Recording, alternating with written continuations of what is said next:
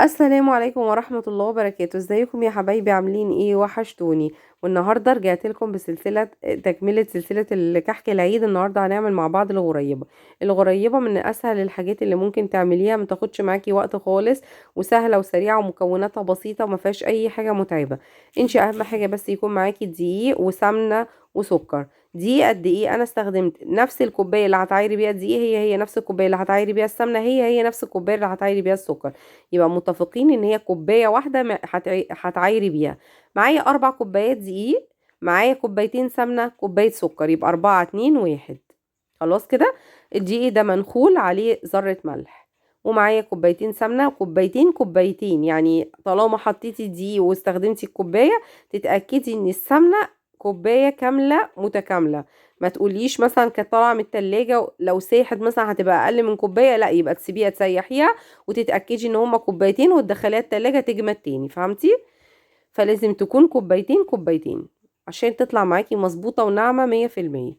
طيب انا هنا معايا الدقيق، حطيت عليه ذرة ملح، والدقيق ده انا نخلته. اهم حاجة تنخلي الدقيق قبل الاستخدام علشان تطلعي منه الرطوبة ويدخل له هواء. هنزل بالسمنة هنا، هنزل بكوبايتين السمنة ومعاهم السكر. والسكر ده انا استخدمت سكر اللي هو الجاهز، يعني سكر بودر اللي هو الجاهز، مش انا اللي طحناه يعني في البيت.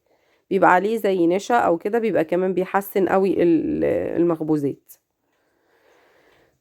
دلوقتي انا هنزل هنا بالسمنة، كوبايتين سمنة وعليهم كوباية سكر.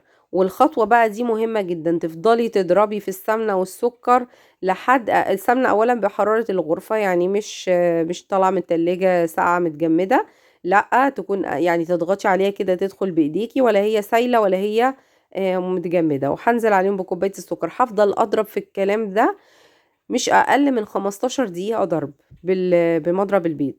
ليه؟ علشان بصي انا هنا ضربته بعد 5 دقايق او 7 دقايق، انا بصور لك هنا لسه برضو مش هو ده القوام اللي انا مستنياه. يعني ما تشوفيهوش يبقى كده تقولي ده كده خلاص، لا، لازم يوصل معاكي الدرجة دي. شايفة كده ازاي؟ عامل زي الكريمة، حجمه تضاعف وبقى هش قوي وبقى فاتح زي ما انت شايفة كده، بقى يطلع معاكي احلى واحدة غريبة ممكن تاكليها. تطلع معاكي ناعمة ودايبة دوب. طيب، يبقى انتي شفتي كده مراحل الضرب. اهم حاجة مش اقل من ربع ساعة تضربيه بالمضرب البيض.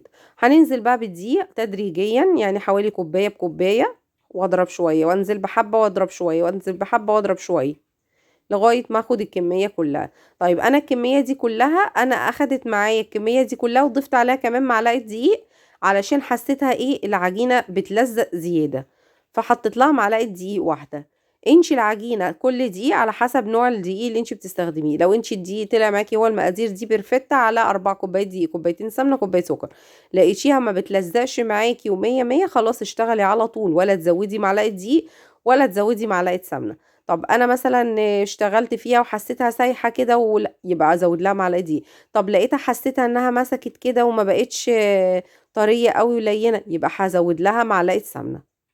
خلاص كده.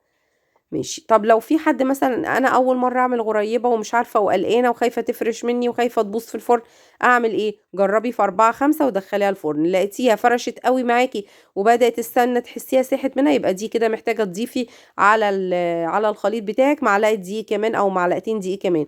طب لقيتيها مثلا ماسكه ونشفت جامد، لا، يبقى كده كانت عايزه معلقه سمنه كمان، فتضيفي على الخليط بتاعك معلقه سمنه. لكن طبعا لو انت مشيتي على المقادير دي هتطلع معاكي مظبوطه 100%. لازم تكون بتلزق شويه، يعني بتلزق شويه في الايد عشان طبعا فيها سمنه وسكر وضربينهم. عايزه تدخليها التلاجة عشان تتشكل معاكي بمنتهى السهوله، دخليها ربع ساعه التلاجة. لكن انا اشتغلت على طول، اول ما خلصتها بدأت فيها واشتغلت، خلصت الكميه كلها. بعمل كور صغننه، بالينه كده صغننين. كده كده هي بتحط لها واحده البيستاكيو على فوق، فبتاخد الشكل المدور وبتدخل الفرن. بتكبر حاجة، يعني مش بتكبر، يعني بتبقى مدورة اكتر، حاجة بسيطة. فانا عايزاها كده لانها كده كده هتاخد شكل التدويرة اول ما تخش الفرن. دي اول حاجة. انا بقولك هنا عملت صاجين ولسه فاضل معايا كمان الكمية دي. فعملت كمية ما شاء الله اللهم بارك، كمية كبيرة. من 4 كوبايات دي هتعملي أحلى غريبة شايفين بقى وكمية اللهم كبيرة. بارك عملت التسوية كمية في الفرن كبيرة يا جدًا جماعة ما شاء تاني الله، نقطة، من 4 الغريبة درجة كوبايات حرارة دقيق 180 وكوبايتين سمنة والفرن وكوباية يكون سكر، سخن عملت مسبقًا، أجمد غريبة هتدخّليها ممكن تاكليها مش والله أكتر من الريحة 5 دقايق، من 4 دقايق، غير 5 دقايق مبالغة الريحة وتطلّعيها. رهيبة. 4 دقايق أنا بس، مش عايزة أقول 4 لكم دقايق. طب بكام هتطلع أصلًا لأ، ده أنا الغريبة شايفاها اللي سايحة بتتعمل بالسمنة ولسه البلدي في أكبر سايبة المحلات كده. لأ، دلوقتي، هي شوفي أول ما أسعارها بتطلع عاملة من الفرن إزاي، بتبقى وخصوصًا لسه لو طرية، ما بالمكسرات تحطّيش زي ما إيدِك أنا عليها عاملاها خالص، بالبيستاشيو أو تسيبيها باللوز. 3 دقايق في تقدري أنتِ الهوا، تعمليها، ممكن مش هتمسك عايزة وتشد تحطي عليها وتقدري تطلّعيها من مكسرات، الصاج، ما ممكن تستخدمي تطلّعوهاش عليها قبل ما تمسك اللي هو وتشد. هي أول التشكيل ما اللي هو بتشم الهوا زي بتمسك على الملبس طول، ده ولو أنتِ سويتيها زيادة الخرز. هتطلع معاكِ ممكن ناشفة تشكليها بأي حاجة مش تانية غريبة سهلة ناعمة. وبسيطة. يبقى مش على فكرة يبقى حتى لو أقل، عايزة يعني تعمليها هي سادة من عايزة غير أي وقت تشكيل بسيط أوي، خالص طالما برضه الفرن هتطلع سخن جميلة، مسبقًا. طالما أنتِ 4 ضربتيها دقايق، كويس هتطلع 5 معاكِ دقايق ناجحة بالكتير، 100% لو وبرفكتة. فرنِك يعني لو كمان عجبِك حرارته مش عالية الفيديو أوي. ولازم فأنا كان أجرّب لكم واحدة، عايزة بادخّلها يا دوبك أوريكم أدخّلها وأطلّعها على واحدة طول، أسيبها غريبة. تهدى وأروح مطلّعاها بُصّي بُصّي عاملة النعومة، إزاي، بُصّي بقى هي ده، بُصّي عاملة ده إزاي، اسمه الدوبان كلّه، بُصّي، دايبة.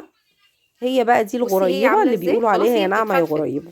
ده هي دي زي أكبر يعني ما الأماكن فيش كلام أو بعد أكبر كده. المحلات دي هنا الحلوانية غريبة اللي ناجحة بيبيع لِك الغريبة، 100%، يقول لو لِك لأ عايزة تعرفي الغريبة إن هي أصلها لها كده سعرها كده لإنها لها ممتازة. سمنة، بتستخدميها كده بسمنة الغريبة بلدي ناجحة وحاطة فيها 100% مكسرات. ممتازة ما فيهاش كلام بصراحة. والغريبة لو ما كانتش ناعمة كده روعة يبقى زي ما أنتِ الغريبة شايفة معاكِ كده دابت ما طلعتش إزاي. لو مضبوطة. عجبِك الفيديو ما تنسينيش من لو دعوة عجبِك حلوة من الفيديو ما القلب، تنسينيش ولايك من وشير دعوة حلوة من وسبسكرايب القلب، ولايك للقناة، وشير وبون وسبسكرايب أبيتي.